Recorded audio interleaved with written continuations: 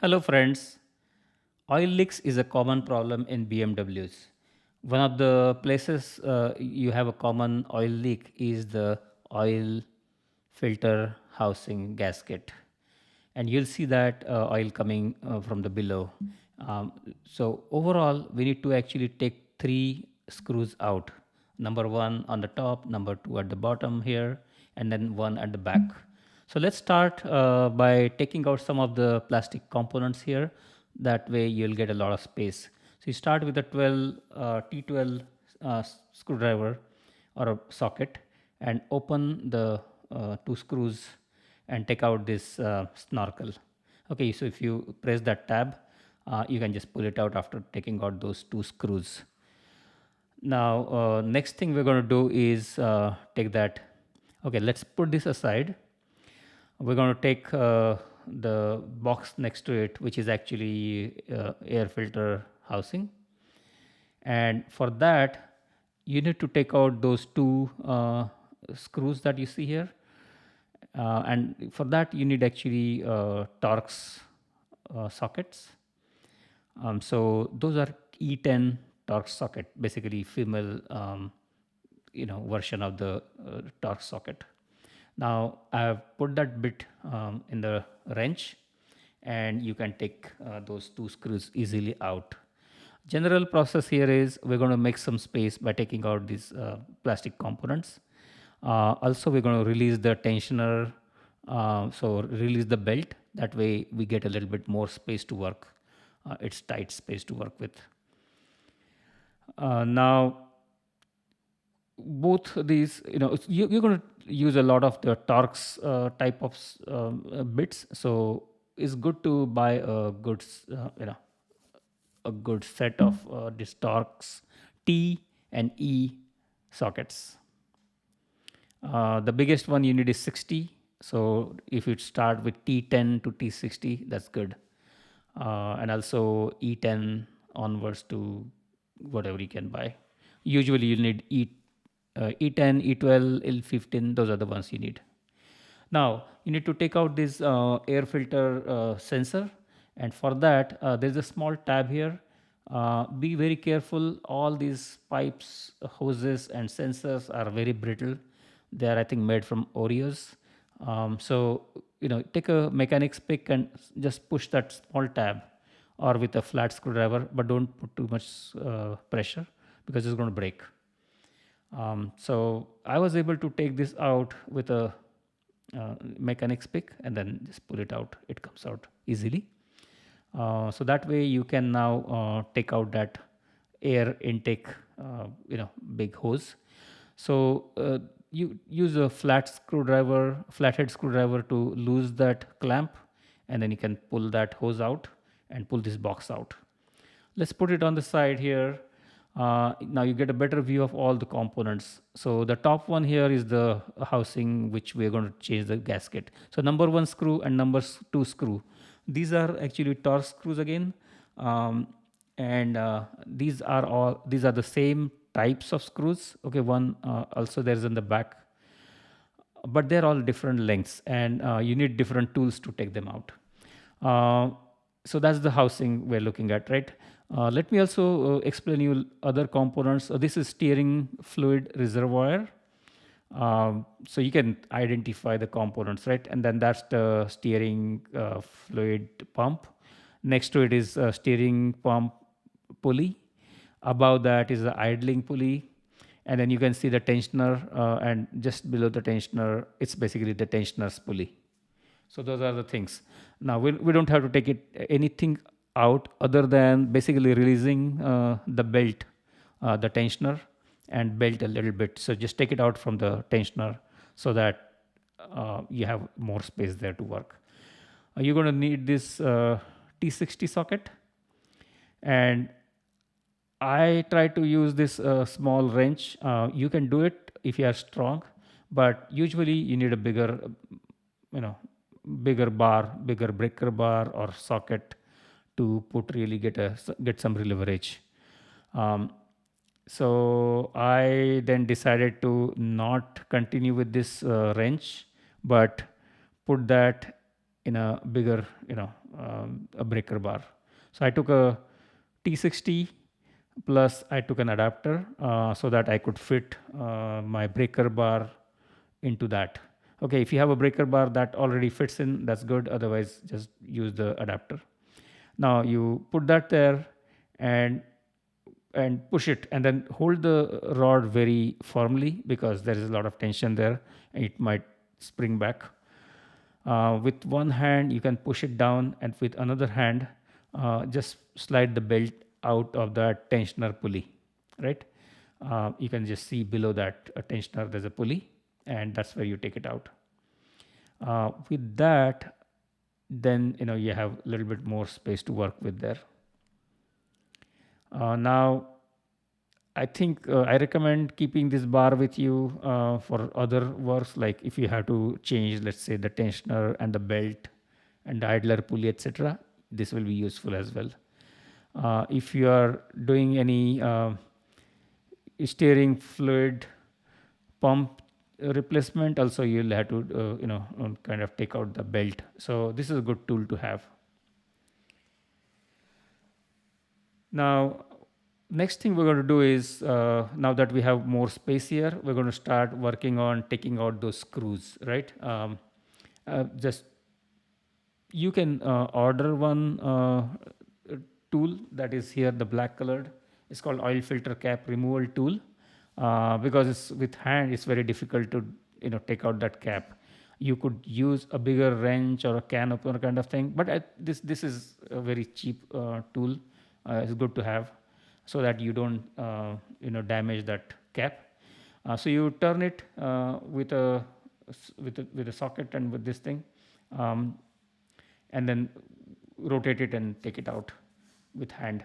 If it is not coming out, you can just slant your the wrench, and that will pop it basically after you have unscrewed it completely. So first we are going to take the cover of this housing. That will give more space. So now I'm going to take out this filter as well, and then keep it aside. So if you are having trouble opening it, just slant it basically like this, give a little jerk and it will come out.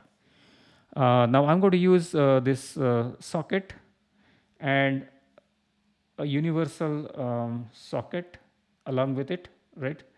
And a long extension bar. So this is the only way I could find to get behind and open that one torque screw in the back. I'll show that in a minute. It's kind of difficult, but once you open those screws, then you see here, well, that's the filter housing. You can put it down, but keep it away from dust. Maybe plastic bag will be better. Even though I was careful and I took out some oil with a pump before, I did a little bit of mess here, but that's okay. We are avoiding putting it on a jack, so it's not bad. We can clean that a little bit later.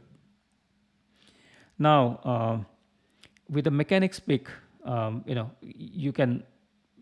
I did set this top one on the side, so you can see that gasket, right? I took the gasket out with mechanics pick. It's old and it's crumbled and it broke out, and now this is a brand new one, an OEM one. So I'm going to install this. Make sure you clean those grooves with a rag very well, and also the gasket should be, you apply some oil, right, to the gasket, so you don't put a dry one. And also wipe that face, that thing where we took the cover out. Make sure not to put any debris or dust in there in both places, right? So use a clean cloth or clean paper towel, lint free, so that you're not contaminating any oil or coolant areas. So with finger, then we can actually work our way to press this gasket in. So I'm going to show you here, how I took the screw out. So once you put this assembly together of E10 torque socket and universal socket plus adapter plus extension bar and wrench, you can use that for two screws, one in the front and one in the back. So that back one is a little difficult to get to.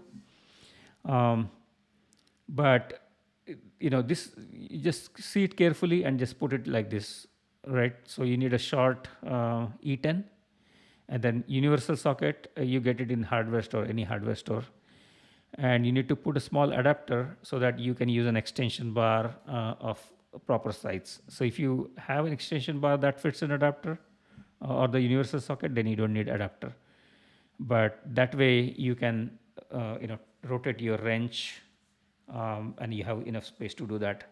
So first I'm actually trying to put the screws back, right? So taking the screws out and putting the screws in, similar process. But when you put the screw in, try to put it in the back with using both your hands. It's a very limited space there. And then try to turn the screw and put it in as much as possible with hand, because there's very little space for you to put that socket. So if you have already screwed it in with your hand, by turning it with your hand, then your socket is going to fit there. I'm having a little bit trouble putting this socket here, right? Because it's limited space, but yeah, I did put it. You can use one hand to turn the wrench and another hand to guide the socket on that screw head. So like I said, first turn as much as possible with hand, and then tighten it so that you don't need a lot of space there. Tighten it well. You don't need to over tighten it, but if you keep it loose, then oil will leak again. So make sure you tighten it properly. I did actually put all the screws first and then tighten one by one. The bottom one is very hard to get to because there is again very little space, so you can't use the socket. I use this 8mm ratchet spanner. If you can find a E10 ratchet spanner, that's better, but even 8mm ratchet spanner will work here. Just be gentle because it's not the exact size. E10 would be the better one, but there's no space there in the back for you to put that E10 bigger socket. So you need a ratchet spanner actually for that. And now if you put it here like this, you can turn it, right? Because it's flexible head. And that way you can basically rotate and unscrew or screw that Torx bolt or screw or whatever you call it. So yeah, basically use this this kind of one, and then turn it like this. So now I'm tightening it. For loosening it, it's reverse. You use the right hand screw rule. So that way, if you're wrapping your hand, imagine wrapping your hand on the screw. So the fingers will show the direction of turning so that the screw or the bolt comes out in the direction of your thumb. Okay, that's the right hand screw rule. Now I put the filter back, and I'm going to put the cap back because we have put all the assembly here. So our work is pretty much done. Tighten that thing with a wrench again, and follow exactly reverse process to assemble that filter housing, air filter housing box, and then the snorkel. And you finished your job successfully.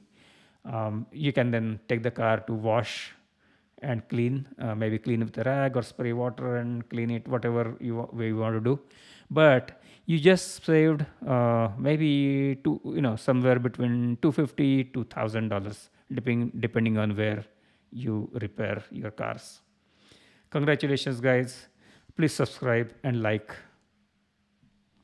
Thank you.